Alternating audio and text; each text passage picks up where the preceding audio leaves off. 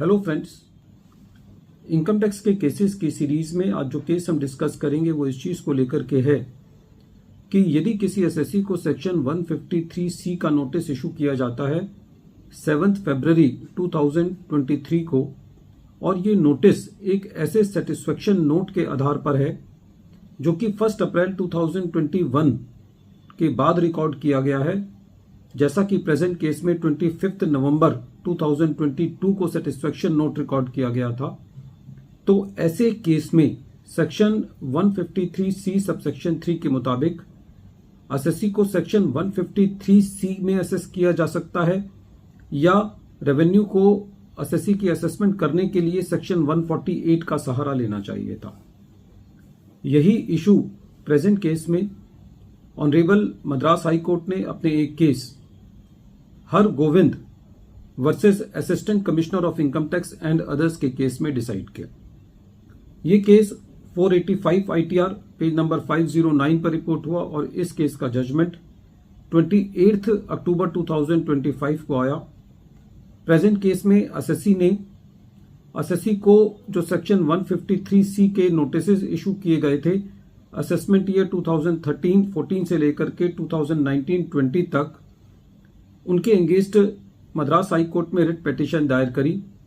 SSC की जो apprehension थी वो ये थी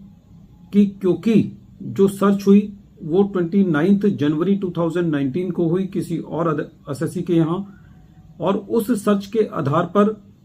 जो सर्च एसएससी का असेसिंग ऑफिसर था उसने जो प्रेजेंट एसएससी है उसके असेसिंग ऑफिसर को जो बुक्स ऑफ अकाउंट्स हैंडओवर किए वो 25 नवंबर 2022 को किए, जो कि 1 अप्रैल 2021 के बाद था। तो एसएससी का ये कहना था कि as per section 153C subsection 3 SSC को सेक्शन 153C में असेस नहीं किया जा सकता।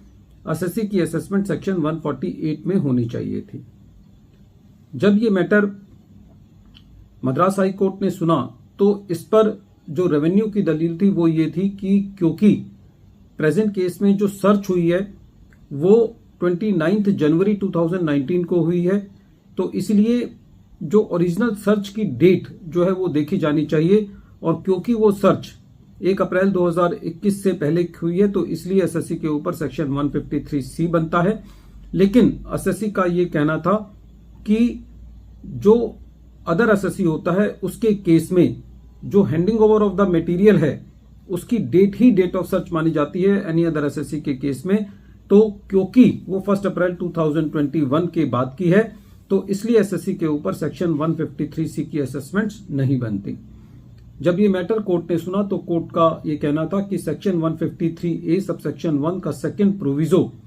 ये कहता है कि जिस एसएससी के यहाँ सर्च हुई है उस एसएससी की जो असेसमेंट जब सेक्शन 153A में ओपन की जाएगी तो उन सालों के जो असेसमेंट्स यदि ऑलरेडी पेंडिंग होगी तो वो उस असेसमेंट में अबेट हो जाएगी। सेक्शन 153C सबसेक्शन 1 का जो फर्स्ट प्रोविजो है वो ये कहता है कि जो डेट ऑफ सर्च है एनी अदर एसएससी के केस में वो मानी जाएगी जिस डेट पर बुक्स ऑफ अकाउंट्स जो हैं वो हैंडओवर की गई हैं। तो इस तरीके से जिस एसएससी के यहाँ सर्च होती है उसके यहाँ उसके लिए सर्च की डेट कुछ और होती है और दूसरे एसएससी के लिए जो सर्च की डेट है वो कुछ और होती है। कोर्ट का ये कहना था कि सेक्शन 153C सबसेक्शन 3 स्पेसिफिकली ये बोलता है कि सेक्शन 153C एप्लीकेबल नहीं होगा जहां पर जो सर्च की डेट है एनी अदर एसएससी के केस में वो 1 अप्रैल 2021 के बाद है। तो क्योंकि प्रेजेंट केस के अंदर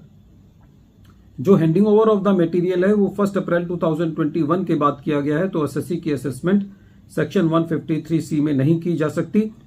कोर्ट का ये कहना था कि सेम एसएससी के लिए 2 डेट्स ऑफ सर्च नहीं हो सकती। जो एनी अदर एसएससी है उसके लिए डेट ऑफ सर्च वही मानी जाएगी सभी पर्पसेस के लिए जिस डेट पर मटेरियल हैंडओवर किया गया है। और इस पर भी कोर्ट का ये कहना था कि जहां पे handing over of the material की डेट नहीं होती वहां पे सेटिस्फेक्शन नोट की डेट ही handing over of the material मानी जानी चाहिए। तो इस केस में कोर्ट ने सेक्शन 153C के नोटिसेस को